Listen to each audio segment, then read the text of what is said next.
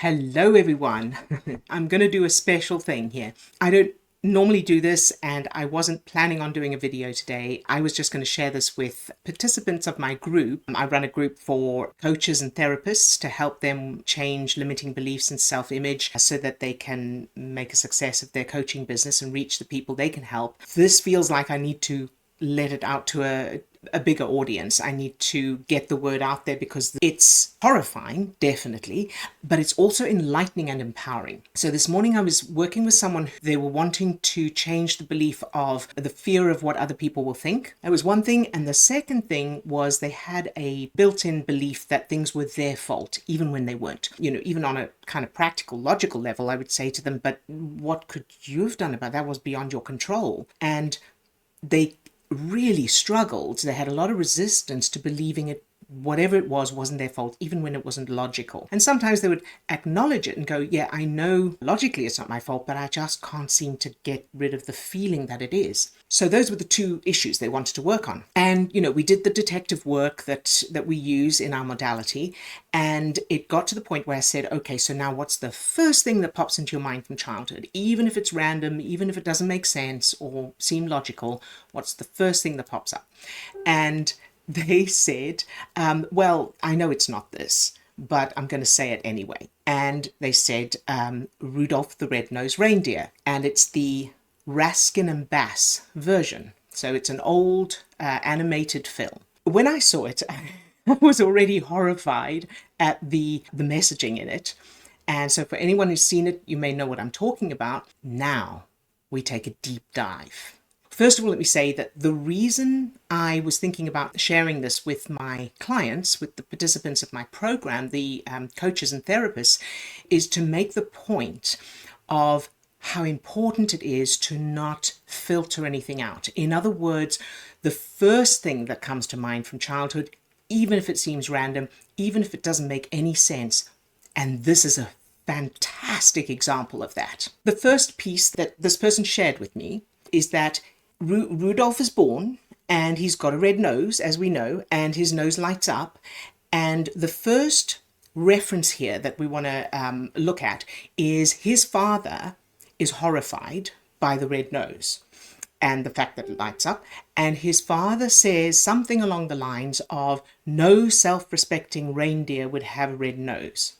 Okay, so start with the red flags there. Okay, the messaging that's getting through now to a child's brain. Now, I must also add here that this is not necessarily going to, in fact, it definitely won't affect all children the same, because what it depends on is what other experiences that child has had and is having at the time. This particular person had a childhood where he didn't feel safe and loved in his childhood.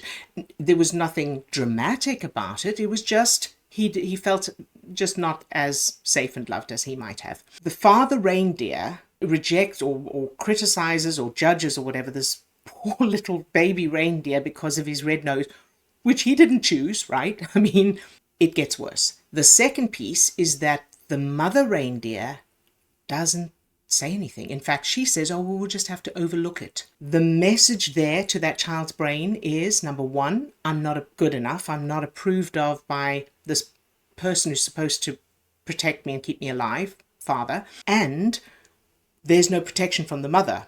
So this little thing is on its own. Then we go further. So it gets worse. Santa Claus arrives and he is disgusted and horrified with Rudolph's red nose. This poor little thing. First of all, I must also make this connection that the father reindeer and the mother reindeer were mirrors of this person's parents. So in their own childhood already, they had a father who was disengaged and disapproving, and the mother wasn't supportive. The mother did not protect. So when the father said something nasty, the mother did not protect the child, rather. So this was already familiar as he's watching the film. Now, with this person I was working with, that Santa was represented by an ex-boss who was a narcissist. And he even looked similar to that Santa. So the Santa says, well, let's hope the nose changes because he can't join my team because he looks, he's different. Okay, so of course all of this messaging, it's bad to be different and so on. Rudolph then goes and plays, he's playing with the other reindeer, and the reindeer, of course, are teasing him about his nose. Now, bearing in mind, Santa, who's kind of like the big guy in all this, he disapproves, so of course the other reindeer are going to disapprove. So they're teasing him and laughing at him, so he runs away because he's hurt. And he doesn't know what to do, he doesn't have any control over it. So he runs away, and then when he comes back to the cave where they live, he walks into the cave, Mom, Dad, I'm back, and the cave is empty. His parents aren't there. So he's kind of wondering where they are, and Santa turns up again and says, oh, yeah, no, they're not here because they're out looking for you. It's his fault kind of thing, right? So this is the messaging that this person's brain was receiving, this child. The parents, while they're out looking for Rudolph, they get captured by a monster because they were out looking for Rudolph. So you see how all of these messages are building a self-image here. Not only is it his fault that when he arrives, his parents aren't there. No, now it's his fault that the parents have got captured by the monster. The idea is if he hadn't run away, then the parents wouldn't have had to go and look for him, which means they wouldn't have got caught by the monster.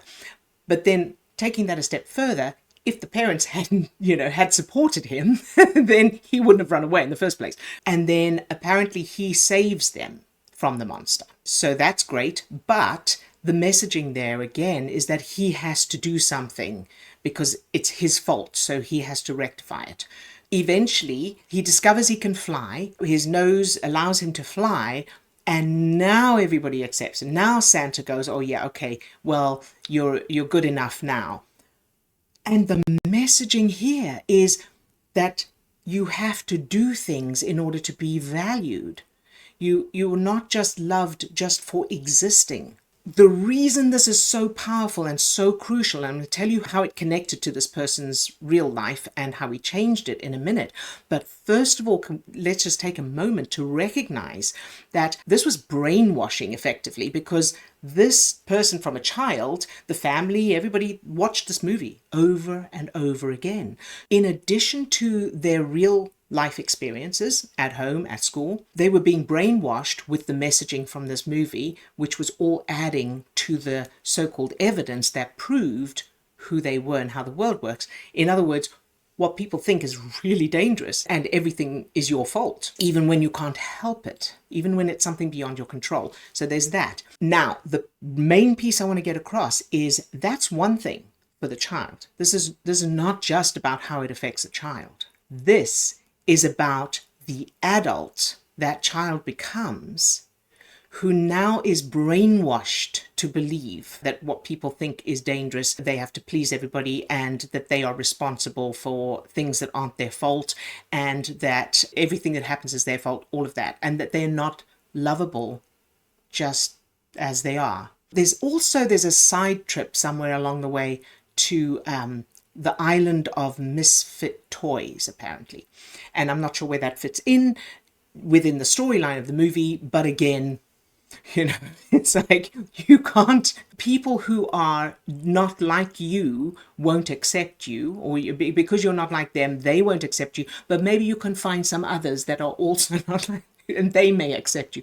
As it happens, this person corrected me that apparently he wasn't accepted there either. So it's just layers of stuff.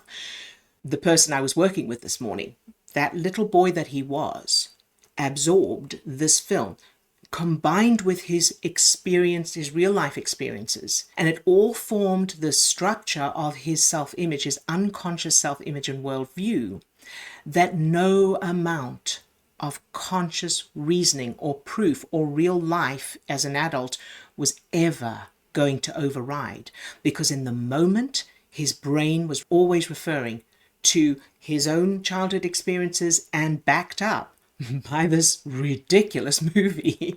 And because the brain can't tell the difference between reality and imagination, it takes these kinds of things as real. It might as well have been real. It might as well have been happening to him as a child because the brain can't tell the difference. And especially when it's reinforcing existing beliefs and existing experiences.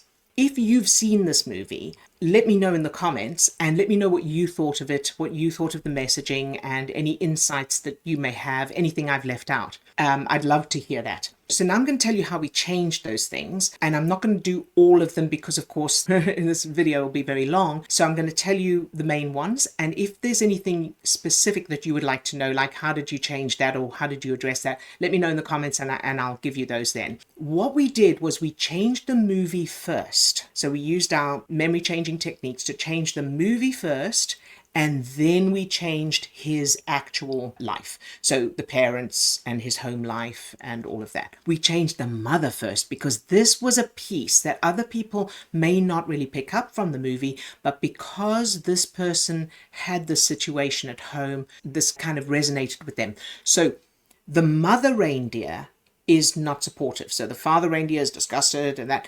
And so we changed it so that the mother reindeer is fiercely protective of Rudolph. And she sends the father reindeer out of the room. How dare you? What's wrong with you? Go. And then she comforts and reassures Rudolph and tells him, there's nothing, of course there's nothing wrong with you. You're beautiful.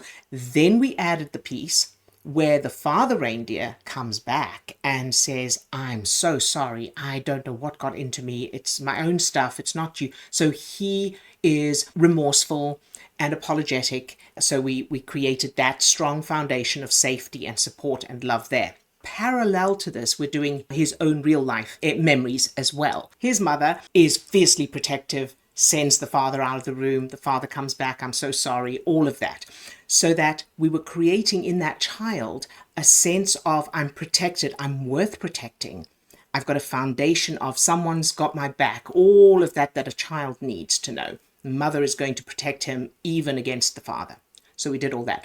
Back to Rudolph. Santa arrives and behaves like that, and the mother reacts the same way as she did to the father. And here's the extra piece here, is that the father reindeer does the same. So now Rudolph has both of his parents protecting him and sending Santa out. If you can't behave, you've got no respect, go whatever, that kind of thing. And then Santa comes back later and says, I'm so sorry, I don't know what got into me, etc. As we were doing this, I kept asking the person, so how does Rudolph feel now? How does that feel for Rudolph? So that we could keep track of the effects of these changes. Okay, so then we go back to his real life. We do the same. So now the ex-boss, I said, okay, that ex-boss comes to the house while you're a child, and the parents both protect you in that way. So as this person was going about his life, choosing a job, choosing friendships, making decisions, his brain was constantly referring to not only his own childhood, but this film, the messages, the evidence in this film as well, and then going, you know what, this would be a great person to work for. And of course, he was having that same experience, but he didn't consciously recognize. It's not like he met that person, realized that that person was a narcissist, and then went, oh, you know what this reminds me of? It doesn't work that way. It's unconscious. We changed all the fragments and pieces. And as I said, I won't tell you all of them because it'll be very long. But if there are any specific ones you want to know out of interest, let me know in the comments and I'll share those with you. We did all of that, and it ended up that he doesn't need to fly in order to be worthy. What he did actually on his own was he brought the Santa from, apparently there's another movie by the same producers. We changed that Santa in Rudolph to the nice Santa, to the good Santa. We changed all of the pieces in the movie. We changed all of the pieces in his childhood regarding all of this. And then I said to him, so now a situation he'd mentioned in the beginning where he was worried about what other people will think. How do you feel now? And he didn't have that feeling. He didn't have the fear of what other people would think, because now his brain was referring to all of those new references that prove he's safe and people love him. So there's that. And also if they don't, they're the baddies. So, because from that other Santa movie. And then also I asked him how he felt about certain things where he'd felt it was his fault, even though he didn't have control over it. And so he checked and he was like, yeah, I don't feel this. I can see it's not my fault. And this person is sort of older, those core beliefs that had been there for so many years and were part of the fabric of who he was have gone like that in 2 hours. He just feels normal. So his confidence has changed based on changing his own childhood and that movie. So I wanted to share this because for those of you who are working on changing childhood memories, remember that the references, when you're looking for them, the references could be movies, TV shows, books, bedtime stories you were told, fairy tales. If you are looking for childhood references and you think, okay, well, what's the first thing that pops into my mind? And it's Cinderella. Don't discount it because Cinderella has nothing to do with your current procrastination. Don't discount it. Pay attention to it and go, okay, so what is it about Cinderella that stands out? And maybe it's that you had a book of Cinderella and on the cover there was a shade of blue. And that shade of blue was the same shade of blue as your little chair in nursery school. And something happened when you were sitting in that chair.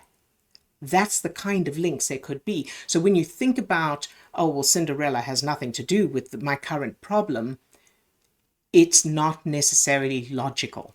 So follow the trail anyway. Don't filter it out. Don't discount it. So I hope that's helpful. For those of you who are coaches and therapists or practitioners, if you're interested in our program, I would love to have a chat with you to see if it's a good fit for you. Let me know in the comments if you're interested and I can send you a link, but I'll put a link in the description of this video. And let me know in the comments your questions. Let me know what you think of this topic and if you can think of any other films actually that have similar kind of messaging. All right, I think that's all I have for today. That was my rant for today, and I will see you next time. Lots of love to all of you. Bye-bye now.